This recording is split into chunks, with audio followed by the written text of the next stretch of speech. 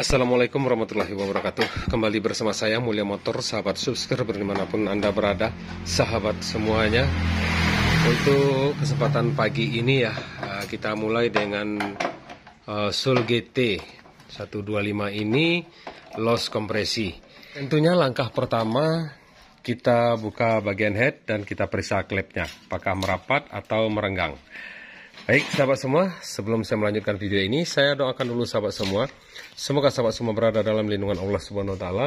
Semoga sahabat semua disehatkan, dimurahkan rezeki dan dipanjangkan umur. Mudah-mudahan apa yang kita lakukan hari ini bermanfaat bagi orang lain dan menjadi berkah. Oke, sahabat semua. Saya sudah periksa di sini ya. Untuk memeriksa di sini kita engkol ya, kita cari kompresinya. Cukup kita engkol saja ya. Nah, kita cari klep di sini yang bebasnya ya. Posisi piston kompresi ya. Saat piston naik ke atas itu adalah langkah kompresi, di saat itu klep menutup. Nah, di saat klep menutup ini harusnya di sini setelan di sini merenggang ya. Ada kerenggangan. Nah, ini saya rasakan memang ada kerenggangan di sini. Kalau ada kerenggangan di sini berarti benar klepnya bocor. Tapi kalau di sini merapat ya, di saat kompresi atau top, posisi top. Nah, sebaiknya di top ya. Sebaiknya di top, kita lihat, kita rasakan.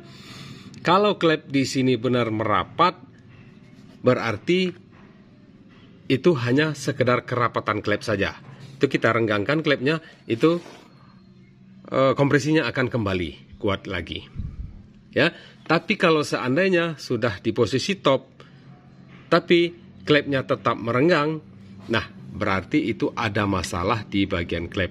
Bisa saja ada benda yang mengganjal, ya, seperti karbon yang ada di bagian head atau di ruang bakar itu terkelupas, ya, terlepas dari lengketnya di dinding itu, akhirnya jatuh dan menempel di sela klep. Sehingga klep menjadi merenggang, akhirnya bocor.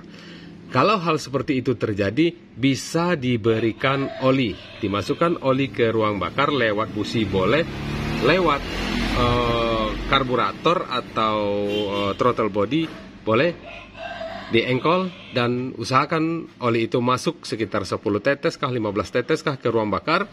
Akhirnya diengkol dan kompresinya akan menjadi padat lagi dan motornya akan menyala. Kotoran yang menempel tadi akan terlepas dari sangkutannya di bibir klep itu. Tapi kalau memang klepnya yang sudah gosong atau rusak, aus, nah itu tidak bisa lagi kita berikan oli ya, tidak bisa lagi kita berikan pelumas masuk ke ruang bakar. Begitu diberikan pelumas nyala, tapi dia tetap susah lagi, kompresinya tetap tidak ada.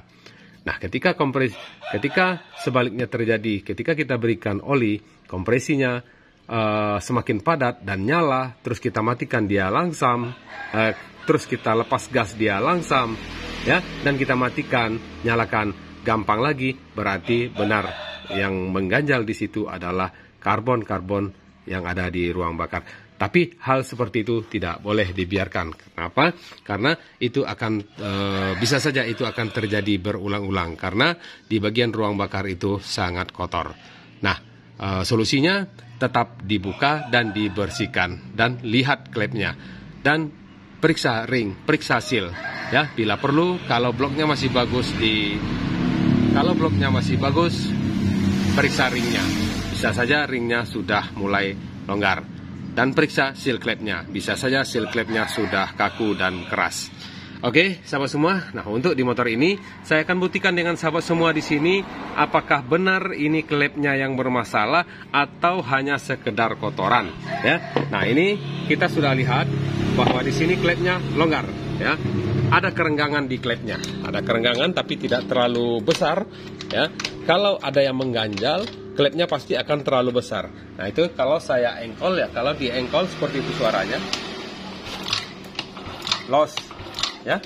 Lemah sekali. Nah, pakai tangan sanggup ya. Nah, ini lemah sekali. Tuh. Nah, tidak ada kompresi, ya. sedikit saja.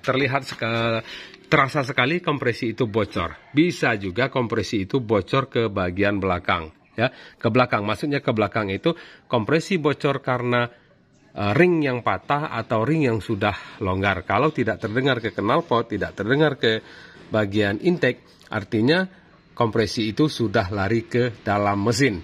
Akhirnya terlihat di selang pernapasan mengeluarkan asap, ya. Kalau di selang pernapasan mengeluarkan asap, itu artinya kebocoran kompresi itu sudah lewat di sela-sela ring. Oke, sahabat semua, kita akan buktikan ini. Kita lihat motor ini di mana permasalahannya. Saya yakin di sini ada masalah di bagian klep. Bisa saja klepnya di sini sudah aus atau ringnya yang sudah aus. Baik, kita lanjut membukanya.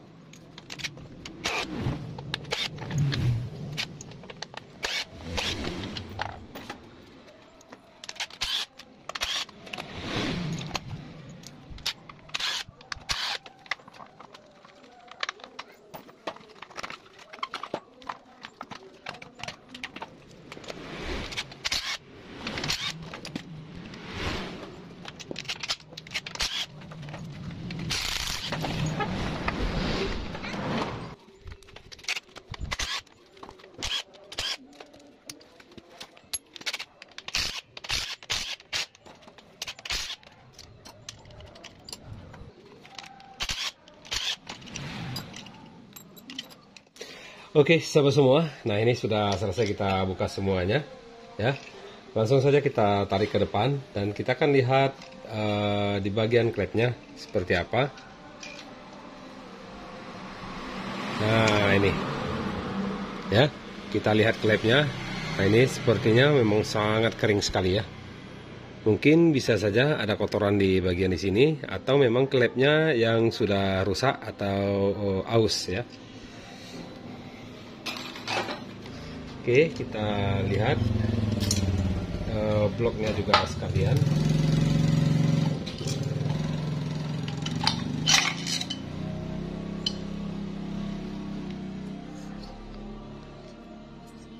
Tuh, sudah ada goresan juga sedikit, ya.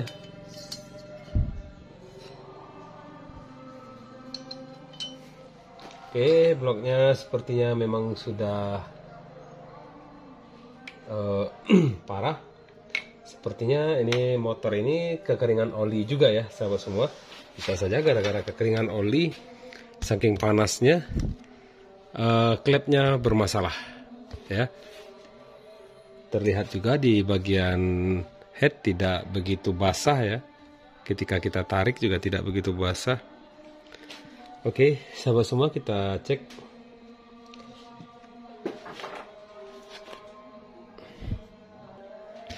Kita buka dulu noken asnya. Itu kita sudah mendengarkan suara azan, ya. Itu kita sudah dengarkan di masjid, sudah mulai mengaji. Mungkin sebentar lagi kita akan menunaikan sholat zuhur, ya. Kita akan sholat zuhur, nanti kita akan break sebentar, ya.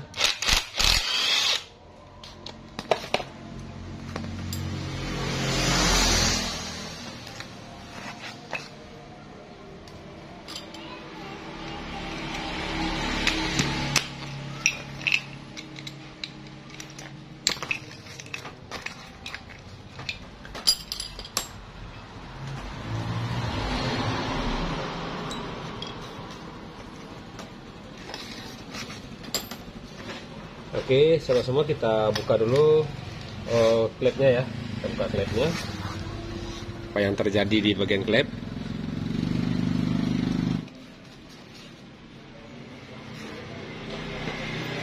Di sini kita hanya membuktikan ya sahabat semua, kita mungkin tidak langsung ke pemasangan ya atau perakitan, karena motor ini bloknya akan kita ganti ya, sepertinya akan kita ganti karena motor ini ngebul, olinya sudah kering ya, jadi bloknya akan kita ganti.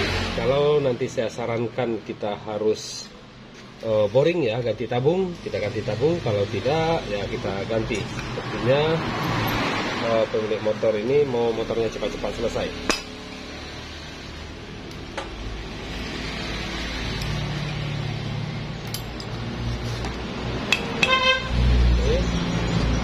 Kita akan buka dulu klepnya.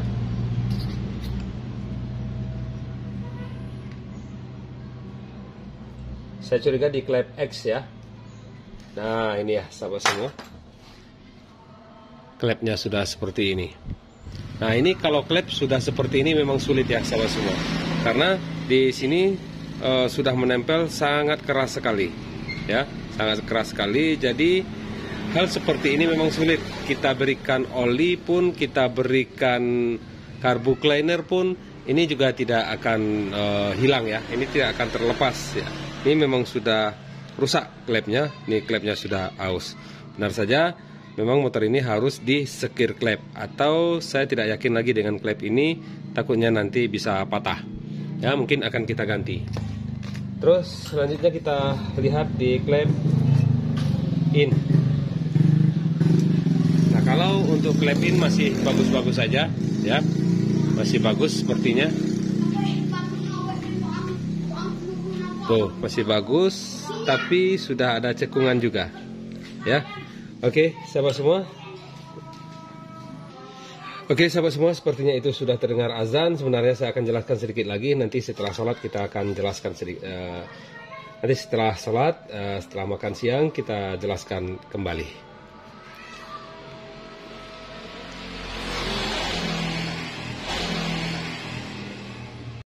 Baik sahabat semua, kita buka kembali ya, kita lanjutkan sampai di mana tadi?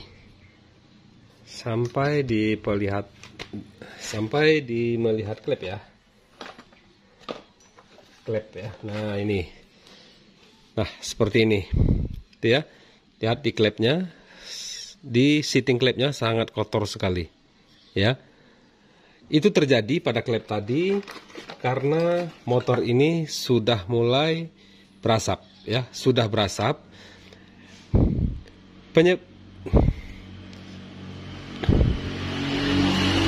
Itu dikarenakan motor ini sudah berasap, sudah makan oli ya. Olinya tinggal sedikit sehingga saat bagian di dalam ini kering, kotoran ini akan jatuh, lepas ya, lepas sehingga menempel di bagian klep. Seperti yang saya katakan di awal tadi, menempel di bagian di sini, di bagian pinggir di sini, sehingga kompresi itu menjadi bocor. Klep ini merenggang, ya, merenggang sehingga bocor. Nah sekarang kita akan lihat lagi di bagian klep. Sekarang kita akan lihat lagi di bagian ring, ya, seperti apa di bagian ringnya. Apakah di ringnya juga sudah aus? Kita akan buka saja dulu. Ini saya terlihat di sini. Coba sahabat lihat di sini, ya. Di piston ini sudah terlihat ada goresan-goresan ya. Nah itu di bagian atas, ya, saya zoom. Nah ini seperti gores-goresan kekeringan ya. Nah ini sudah terjadi baret-baret. Nah ini terlihat ya. Kalau untuk bagian di sini ya sudah terkikis juga. Ini sudah terkikis ya. Tuh, bagian ujungnya sudah ada baret-baret seperti itu. Oke, saya akan buka ringnya. Saya buka dulu. Oke, kita akan buka ring ini dan kita lihat. Nah, ini ring sepertinya juga sudah mengecil ya. Sudah mengecil. Oh, ini parah. Parah sekali ini. Nah, tuh. Ya, sudah kecil sekali ringnya ya, sahabat semua. Nah, ini. Sangat kecil sekali. Aduh, ini sudah nggak beres ini. Ini jelas ringnya yang sudah terkikis. Apakah bisa kita ganti ring saja? Tuh, ringnya juga sudah tipis. Kompresinya sudah lari ke belakang ya. Seperti saya katakan di awal juga, saya sudah ada menyebut tadi ya, bisa saja ring ini sudah aus. Mungkin kompresinya sudah lari ke belakang, karena saya lihat tadi, saya coba engkol tadi, kompresinya aduh, empuk sekali ya. Nah, ini sudah tipis semua. Oke, kita coba masukkan di blok ya. Kita akan lihat seberapa kerenggangannya di sini. Ini saya yakin ini sudah sangat renggang sekali.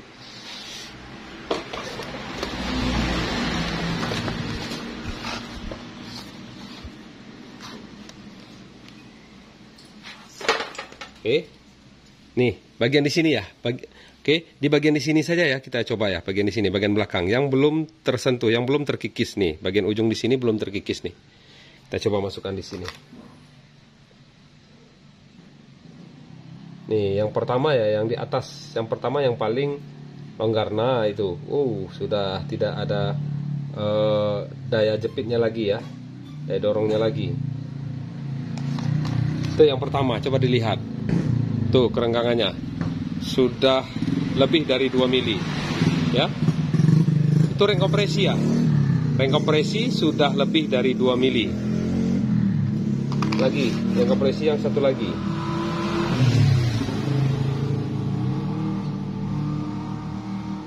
Nah, itu sudah 1 mili. Ya. Ya belum, enggak sampai ya 1 mili ya, baru setengah mili mungkin ya. Tuh kerenggangannya.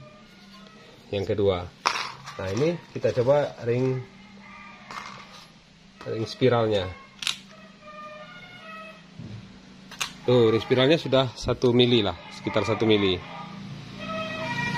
Ini sahabat juga dapat melihat bahwa blok di sini juga sudah terkikis ya. Tuh, sudah ada cekungan. Nah, ini. Tuh, sudah bertebing di bagian di sini. Nah, ini. Ya, ini sudah dalam. Kalaupun kita pasang ring baru, bloknya juga sudah terkikis. Pasti nantinya motor ini juga akan makan oli, ya, olinya juga akan berkurang. Nah ini ya sahabat semua, termasuk kelemahan blok yang dihasil seperti ini ya, blok yang aluminium seperti ini. Sering sekali saya menemukan bahwa blok yang seperti ini, bagian depannya, bagian atasnya seperti ini tetap saja terkikis seperti ini. Pasti ada cekungan seperti itu. Oke, sahabat semua, jelas sekali apa yang saya katakan di sini, sangat detail ya saya menjelaskannya. Penyebab loss kompresi tadi itu ya, mungkin di awal penyebabnya adalah ring ya. Motornya sudah makan oli, sudah mengurangi oli terus, olinya berkurang terus sehingga piston dan ring blok itu sudah tidak tersiram oli lagi ya, sudah tidak tersiram oli lagi sehingga menjadi kering dan akibatnya ring menjadi tipis ya, ringnya menjadi tipis. Begitu juga dengan bagian klep. Oke, selanjutnya kita coba cek oli yang naik ya, apakah olinya naik atau tidak. Oke, kita buka dulu pistonnya, atau seher ya, ada yang mengatakan seher.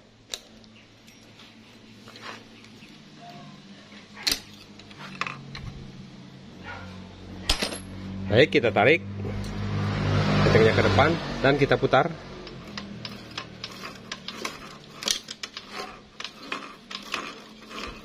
Olinya naik. Ya, naik ya olinya ya. Tuh, nyembur semua ya. Di sini juga masih keluar tuh. Tuh, kelihatan ya, keluar. Naik, olinya naik, tuh keluar ya. Kelihatan keluar. Berarti olinya masih naik. Kita akan cek olinya seberapa tinggal di dalam. Baik, kita buka olinya. Kita lihat seberapa olinya di bawah. Di dalam maksudnya.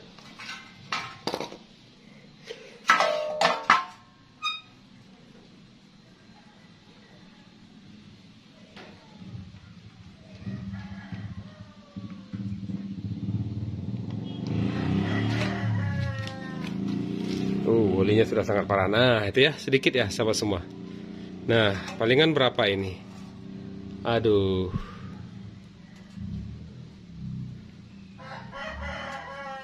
sedikit sekali olinya, kelihatan itu turunnya. Tuh, hanya berapa ya? Nggak sampai 1/4 liter lagi. Ya, palingan sebanyak oli gearbox ya, atau oli gardan. Nah ini, sekitar 25 mili. Oke, sahabat semua, sudah jelas bahwa itu permasalahannya. Saya akan cek dulu di sini ya. Kita akan rasakan dulu stang CR-nya seperti apa. Jangan-jangan nanti kalau kita sudah ganti blok semuanya akan timbul suara lain. Ya, kita tarik ke depan seperti ini. Ya. Paskan ke depan, tarik ke depan, lalu goyang ya, goyang ke dalam seperti itu. Nah, itu sepertinya stang CR-nya masih bagus untuk di motor ini. Oke, sahabat semua, jadi motor ini ganti blok dan ganti klep ya. Kita ganti blok, ganti klep, parking semuanya kita ganti oli, semuanya akan baik-baik saja. Baik sahabat semua, nah untuk proses pemasangan nanti silakan lihat di part 2 ya sahabat semua. Untuk proses pemasangan nanti kita akan perlihatkan secara detail juga apa-apa yang harus kita perhatikan di saat pemasangan. Baik sahabat semua, mungkin itu saja dulu dari saya. Semoga video ini bermanfaat. Jangan lupa di like dan subscribe. Terima kasih. Assalamualaikum warahmatullahi wabarakatuh.